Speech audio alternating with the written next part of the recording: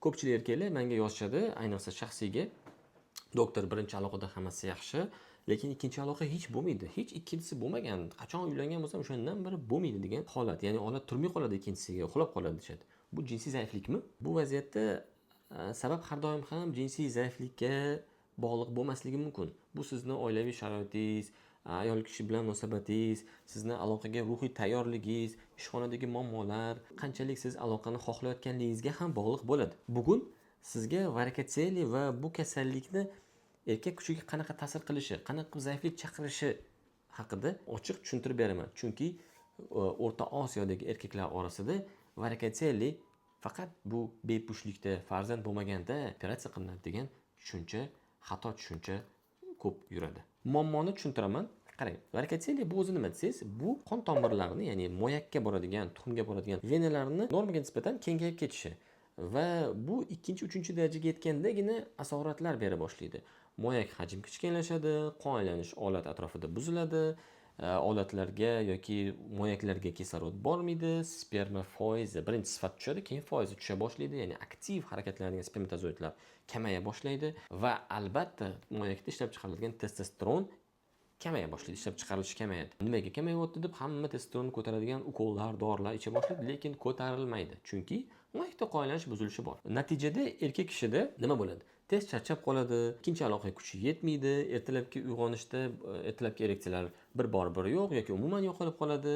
O'zida jinsiy zaiflik bor deb o'ylay boshlaydi. Aslida esa tegida qon aylanishni buzilishini keltirib chiqargan qon tomirlarini bog'liq muammo hisoblanadi. Kasallik haqida ozgincha sizga tushuncha beray. Xo'sh, o'zi varikotseli nima desak, uni qanaqa belgilari bor? Uni qanaqa ajratib olishingiz mumkin uy sharoitida?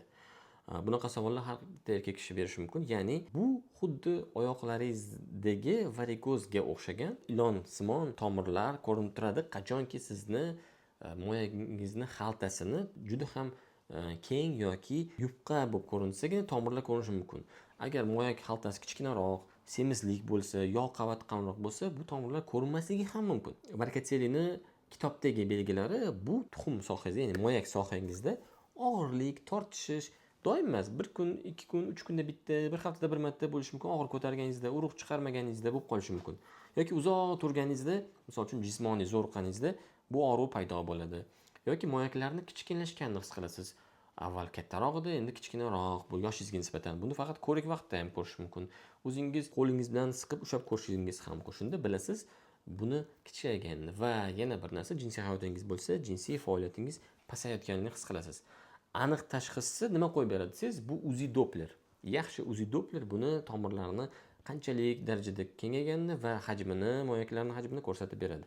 Va bu varikoz kasalligi, varikotseli sizni urug'ingizga, sizni testosteroningizga qanaqa ta'sir qilganini urug' analizi, spermogramma topshirib, testosteron analizi topshirib bilish mumkin. Yechimi qanaqa desangiz, mana sizda varikotseli aniqlandi. Bir tomonmi, ikki tomonmi? Qanaqa yechimi desangiz, yechimi juda oddiy. Mikroxirurgik operatsiya. Marmar bo'lishi shart emas, mikroxirurgiya bo'lsa bo'ldi. Marmar qilyapman deb o'ylaysiz, lekin mikroxirurgiya bo'lmasa, ya'ni mikroskop, binokulyar ishlatilmasa, sizda yana qaytalanishi, yana operatsiya bo'lishingiz ehtimoli baland. Eng asosiy nuqta mana shu operatsiya qilish joyiga keldik. Bu sizda varikotseli aniqlangan bo'lsa, samarali usul mikroxirurgik operatsiya hisoblanadi. Endi mikroxirurgik marmar desa ham bo'ladi buni. Marmar operatsiyasi desa ham bo'ladi, lekin ba'zi bir joylarda marmar operatsiyasi deb mikroskop ishlatilmasdan marmar operatsiyasi deb qilyapmiz deb sizni chalg'itishligi mumkin. Chunki bu qon tomir rekonstruktiv operatsiyasi hisoblanadi. Qon tomirlari bog'lanadi, uziladi, olib tashlanmaydi va odatga keladigan qon ham kuchayadi bu operatsiyadan keyin. Mana hozir videosini ko'rishingiz mumkin.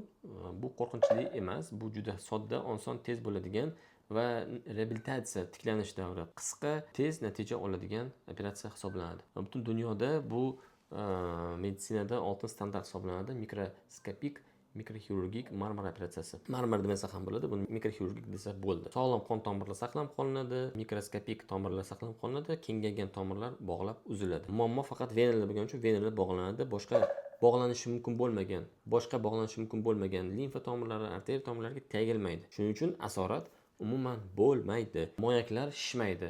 Oddiy usuldagiga qaraganda, oddiy usulda moyaklar shishadi va uni yana operatsiya qilish kerak. Endi operatsiya degan so'zni o'zi qo'rqinchli. Bu so'zdan ko'p erkaklar qo'rqadi. "Vo, yana operatsiya bo'laman, vo, bo'lganman-ku oldin, vo, men qo'rqaman, og'riydi, mana bunaqa voqealar bo'lyapti operatsiya" degan. Umuman qo'rqish kerak emas, qo'rqmang, chunki bu tabiiy holat. Hozir meditsina bitta joyda to'xtab qolgani yo'q. Ko'pchilik so'raydi, operatsiyadan keyin yotishim kerakmi, necha kun yotaman, yurishim mumkin emasmi, nimalar mumkin emas deb o'ylaydi. Unaqa emas. Yo'q, operatsiya juda maloinvazivniy, ya'ni kam invaziv. Kichkina kesiladi. Klinikada yotib qolinmaydi, 2 soatdan ketaveradi. Даже 1 soatdan keyin ham ketsa bo'ladi. Hattoki bemor o'sha kunning o'zida yurib uyiga ketadi, ertasi kuni ko'proq yurish kerak. Tiklanish juda ham tez. U hayron qoladi bemorlar, nimaga bunaqa oddiy holat operatsiyadan keyin. Natija bizga ham muhim. Operatsiyadan keyin qoyilanish tiklangandan keyin ereksiya yaxshilana boshlaydi. O'sha zahoti testosteron ko'tarila boshlaydi, sperma sifati foizi ko'tarila boshlaydi. Albatta, moyaklar o'sishi uchun qoyilanish yaxshilangan uchun moyaklar o'sa boshlaydi va biz moyaklar o'sishi uchun yana tashqaridan stimulyatsiya ham qilamiz. Va eng asosiysi sizni aloqada o'zingizga bo'lgan ishonchingiz oshadi. Agar farzandsizlik qiynayotgan bo'lsa, farzand bo'lib qolish ehtimoli ham oshadi. Agar sizda yoki yaqinlaringizda varikatsiyali aniqlangan bo'lsa, jinsiy kuch pasaygan bo'lsa, oxirgi vaqtlarda testosteron hech ham dinamikada ko'tarilmayotgan bo'lsa yoki jinsiy aloqada ikkinchi aloqa umuman bo'lmayotgan bo'lsa, bu holatni umuman yechimsiz qoldirmang. Siz bilan doktor Akbar Shoh bo'ldi. Videoni oxirigacha ko'rganingiz uchun katta rahmat. Videoga like bosib qo'yib, sahifaga obuna bo'lish esdan chiqmasin. Bu men uchun haqiqiy podдержка hisoblanadi azizlar. Varikatsiyali operatsiyasiga tegishli bo'lgan savollarni yoki boshqa muammolar bo'yicha savollar bo'lsa, bemalol pastdagi raqamga qo'ng'iroq qiling va aloqa chiqing, sizga hamma ma'lumotlar to'liq beriladi.